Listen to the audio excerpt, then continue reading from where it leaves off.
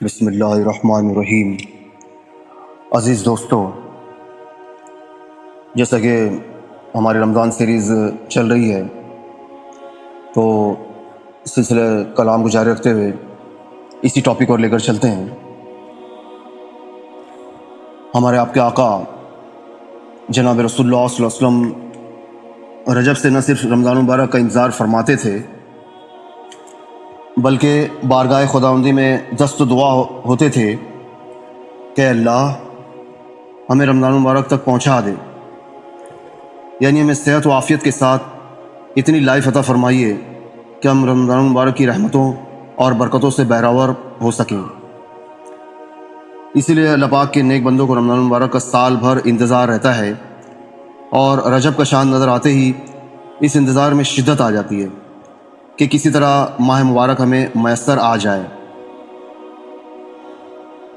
اب رمضان مبارک کا مہینہ اپنی برکتوں اور رحمتوں کے ساتھ ہم پر سایہ فگن ہو چکا ہے۔ انوار و تجلیات، رحمتوں اور برکتوں کی بارش ہوتی ہے۔ گنہگاروں کے لیے اس ماہ مبارک میں سامان مغفرت ہے۔ اپنی بدعملیوں کی وجہ سے جہنم کی آگ کے مستحق ہونے والوں کے لیے آزادی کا پروانہ ہے۔ اس مہینے میں ایمان و عمل کی بہار آتی ہے۔ گناہوں کی سیاہی سے زنگ آلود دلوں کی صفائی کا سامان کیا جاتا ہے۔ جہنم کے دروازے بند کر دیے جاتے ہیں، جنت کے دروازے کھول دیے جاتے ہیں۔ اے خیر کے طلبگار آگے بڑھ، اور اے شر کے چاہنے والے رک جا، پیچھے ہٹ جا کی صدائیں بلند ہوتی ہیں۔ سرکش شیاطین قید کر دیے جاتے ہیں۔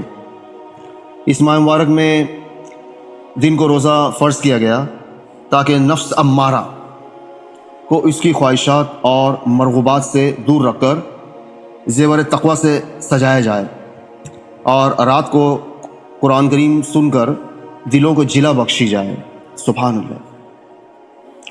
اسلام یہ تعلیم دیتا ہے کہ دنیا کے خزانوں اور دفینوں سے فائدہ اٹھاؤ، اپنی خواہشات کو پورا کرو، مگر ایک دائرے میں رہ کر اور ایک لمٹ میں رہ کر۔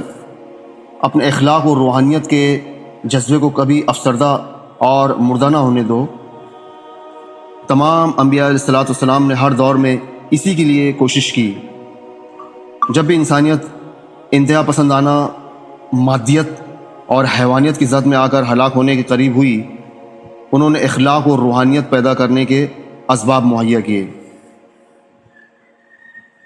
روزہ بھی سال میں ایک مرتبہ اسی لیے فرض کیا گیا کہ معدے اور مادے کی شقاوت اور سختی دور ہو، کچھ دن مادیت پرستی میں کمی ہو، تاکہ اس میں روحانیت اور ایمان کی اتنی مقدار داخل ہو جائے جس سے اس کی زندگی بیلنس پر آ جائے۔ کچھ دیر کے لیے اخلاق الہی کا کسی قدر عکس اس میں اتر سکے، اس میں فرشتوں کی نسبت حاصل ہو جائے۔ ارشاد باری تعالیٰ ہے، اے ایمان والو، تم پر روزے فرض کیے گئے جیسا کہ تم سے پہلے لوگوں پر فرض کیے گئے تھے، تاکہ تم متقی اور پرہیزگار بن جاؤ۔ اس آیت میں روزے کا مقصد بتایا گیا کہ اس سے بھوکا پیاسا رہنا مراد نہیں ہے، بلکہ حیوانی اور نفسانی تقاضوں کو دبا کر فرشتوں کی صفات پیدا کرنا مقصد ہے، تاکہ دل میں اللہ پاک کا خوف پیدا ہو اور وہ تقوی کی صفت سے متصف ہو۔ اس مبارک مہینے کو اللہ پاک نے اپنا مہینہ فرمایا ہے۔ گویا اللہ پاک اپنے بندے کو جو دنیا کے بکھیڑوں میں گھر کر اللہ پاک سے دور ہو چکا ہے، اللہ تعالیٰ اسے اپنے قریب کرنے اور اسے اپنا بنانا چاہتے ہیں۔ مطلب یہ ہے کہ اللہ پاک نے اس انسان کو پیدا تو کیا تھا اپنی عبادت کے لیے، جیسے قرآن کریم کہتا ہے، میں نے انسان اور جنات کو صرف اپنی عبادت کے لیے پیدا کیا، لیکن یہ انسان اپنی ضروریات اور اپنی خواہشات کو پورا کرنے کے لیے دنیا اور اس کے کاموں میں اتنا منہمک ہو گیا کہ اپنے مقصد تخلیق کو بھلا بیٹھا اور اپنے خالق و مالک کی طرف سے غافل ہو گیا۔ اس لیے اللہ پاک نے چاہا کہ تم 11 مہینے دنیا کے جھمیلوں میں، اس کی تجارت و زراعت میں، مزدوری و دیگر کاروبار میں مشغول رہتے ہو، کیونکہ تمہاری اپنی ضروریات بھی ہیں بیوی بچے بھی ہیں اور دوسرے بہت سے افراد کے حقوق وابستہ ہیں تم سے. ان سب کے لیے کمانا بھی ہے، دنیا کے کاموں میں مصروف ہونا بھی ہے. تو 11 مہینے تم دنیا کے کاموں میں جو مصروف رہتے ہو اور اس کی وجہ سے دل پر جو غفلت کے پردے پڑ جاتے ہیں اور خالق سے تمہارا رشتہ کمزور پڑ جاتا ہے، تو اللہ پاک نے یہ چاہا کہ اس 1 مہینے کے لیے تم اپنے آپ کو اس دنیا کے جھنجھٹ سے نکالو اور اپنے مقصد تخلیق کی طرف لوٹ آؤ اور عبادت الہی سے اپنے دل پر پڑے غفلت کے پردے کو اتار ڈالو اور گناہوں کی وجہ سے زنگ آلود دلوں کو اللہ پاک کے ذکر سے جلا بخشو اور اس کے زنگ کو دور کرو. اپنے خالق و مالک کے صحیح بندے بن کر اس سے اپنا ٹوٹا ہوا رشتہ دوبارہ جوڑ لو، کیونکہ یہ مہینہ خالص اللہ پاک کا مہینہ ہے. یہ اللہ پاک کو راضی کرنے کا مہینہ ہے. یہ رحمتوں اور مغفرتوں کو حاصل کرنے کا مہینہ ہے. اس ماہ مبارک کی خاص عبادت روزہ ہے اور اس روزے سے مقصد تقوی ہے. ہمارے آپ کے آقا احمد مشتبہ محمد مصطفیٰ سرور کونین سید الثقلین رحمت العالم جناب رسول اللہ صلی اللہ علیہ وسلم ایک حدیث قدسی میں اللہ پاک کی طرف سے ارشاد فرماتے ہیں، ہر نیکی کا بدلہ 10 گنا سے لے کر 700 گنا تک دیا جاتا ہے، سوائے روزے کے کہ وہ میرے لیے ہے اور میں ہی اس کا بدلہ دوں گا. تمام عبادتیں اللہ پاک کے لیے ہیں اور اللہ پاک ہی ان کا بدلہ عطا فرمائیں گے. تو روزے میں ایسی کیا خاص بات ہے جس کے لیے کہا جا رہا ہے کہ روزہ میرے لیے اور میں ہی اس کا بدلہ دوں گا؟ پیارے آقا صلی اللہ علیہ وسلم نے فرمایا، جس نے ایمان کے جذبے اور طلب ثواب کی نیت سے رمضان المبارک کا روزہ رکھا، اس کے پچھلے گناہوں کی بخشش ہو گئی.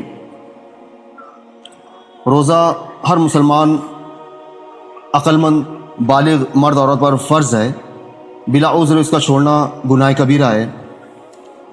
آقا صلی اللہ علیہ وسلم نے فرمایا، جس شخص نے بغیر عذر اور بیماری کے رمضان المبارک کا ایک روزہ بھی چھوڑ دیا تو خواہ ساری عمر روزے رکھتا رہے اس کی تلافی نہیں کر سکتا.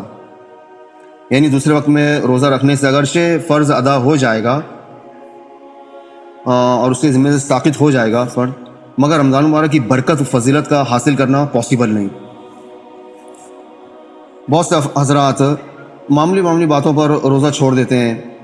شریعت میں عذر یا تو سفر ہے کہ سفر کی مشقت کی وجہ سے اجازت ہے، چاہے تو روزہ رکھے یا چھوڑ دے، لیکن جتنے روزے چھوڑے گئے ان روزوں کی قضا بعد میں لازمی ہے. اسی طرح وہ بیماری جس میں روزے کی وجہ سے بیماری بڑھنے کا اندیشہ ہو تو روزہ چھوڑا جا سکتا ہے. اگر ایک شخص اتنا بوڑھا ہو کہ وہ روزہ رکھ کر اسے پورا کرنے کی طاقت نہیں رکھتا ہو، اسے بھی روزہ چھوڑنے کی اجازت ہے، لیکن وہ اپنے روزوں کا فدیہ دے گا.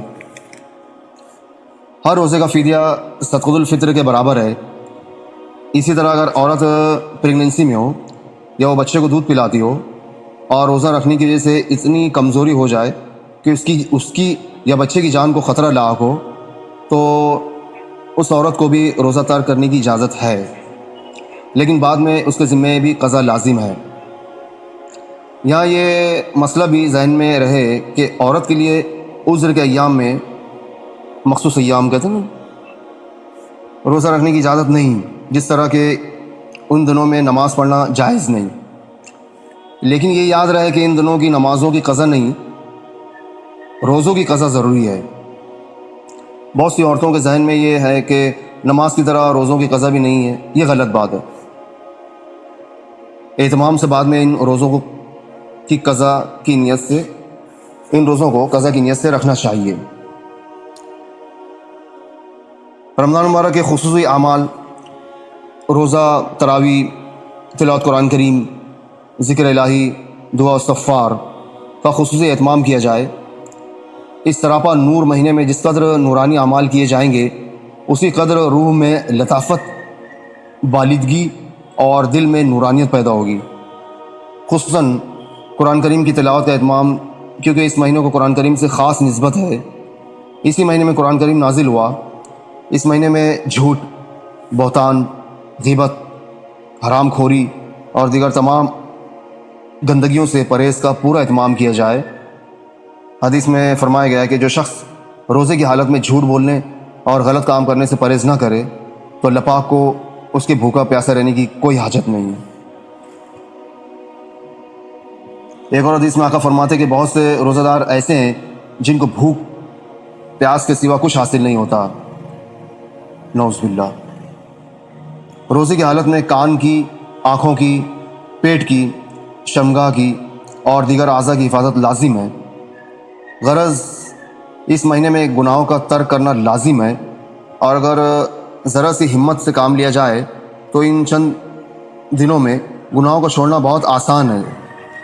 جہاں گناہوں سے پرہیز لازم ہے وہاں بے فائدہ اور لا یعنی مشاغل، فضول ہابیز سے بھی اعتراض کرنا چاہیے، کیونکہ یہ بے مقصد کے مشغلے انسان کو مقصد سے ہٹا دیتے ہیں۔ اس ماہ مبارک میں دلوں کا تصفیہ بھی بہت ضروری ہے۔ جس دل میں کینہ، حسد، بغض، دشمنی کا کھوٹ اور میل جمع ہو، اس پر اس ماہ مبارک کے انوار کی تجلی کما نہیں ہو سکتی۔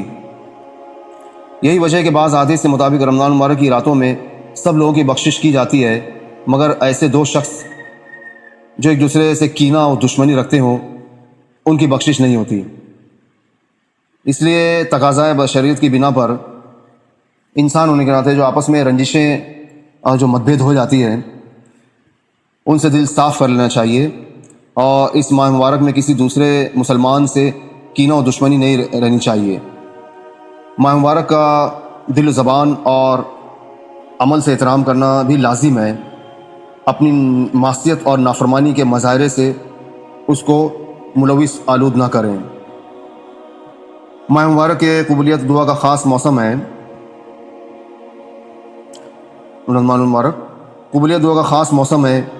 مانگنے والوں کو ملتا ہے اور خوب ملتا ہے، مانگنے والوں کی حیثیت کے مطابق نہیں بلکہ دینے والا اپنی شان کے مطابق دیتا ہے، مگر کوئی چاہیے مانگنے والا۔ اس ماہ مبارک میں کائنات کے داتا کے دروازے پر جتنا مانگا جا سکے مانگیے، خوب رو رو کر مانگیے، مچل مچل کر مانگیے، جیسے بچہ مانگتا ہے نا ضد کر کے۔ اللہ پاک کو بہت پسند ہے۔ اس ماہ مبارک میں خوب مانگیے، اپنے لیے بھی، اپنے اہلال اور دوست و احباب کے لیے بھی، امت مرحومہ کے بلند پایا اکابرین کے لیے بھی، اور امت کے گنہگاروں کے لیے بھی مانگیں گے نا۔ سچی توبہ کے لیے ضروری ہے کہ پہلے گناہ سے باہر آ جائیں، اس گناہ پر شرمندہ ہوں اور آئندہ نہ کرنے کا پختہ ارادہ بھی ہو۔ لیکن اگر توبہ کے بعد پھر گناہ دوبارہ ہو جائے تب بھی ہمیں چاہیے کہ ہم دوبارہ سچی توبہ کریں، اپنے گناہوں پر معافی مانگنے کے ساتھ ساتھ پوری امت مسلمہ کے مردوں اور عورتوں، جوانوں اور بوڑھوں سب کے لیے مغفرت طلب کریں، اور اللہ پاک کے حضور رو رو کر معافی مانگیں۔ بس اس ماہ مبارک کو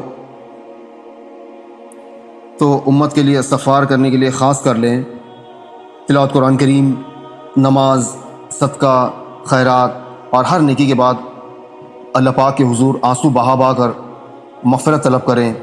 اپنے گناہوں پر معافی مانگنا اللہ پاک کو بہت پسند ہے۔ تو یہ اسٹیپس تھی رمضان مبارک کو گزارنے کی۔ میں امید کرتا ہوں میرے ویورس نے اسے ازبر کر لیا ہوگا۔ اللہ پاک ہمیں، مجھے بھی اور آپ کے بھی کہنے سننے زیادہ عمل کرنے کی توفیق عطا فرمائے، اور ہمیں رمضان کی بہت بہت قدردانی کرنے کی توفیق عطا فرمائے۔ اللہ پاک میرے ویورس کو بہترین جزائے خیر عطا فرمائے۔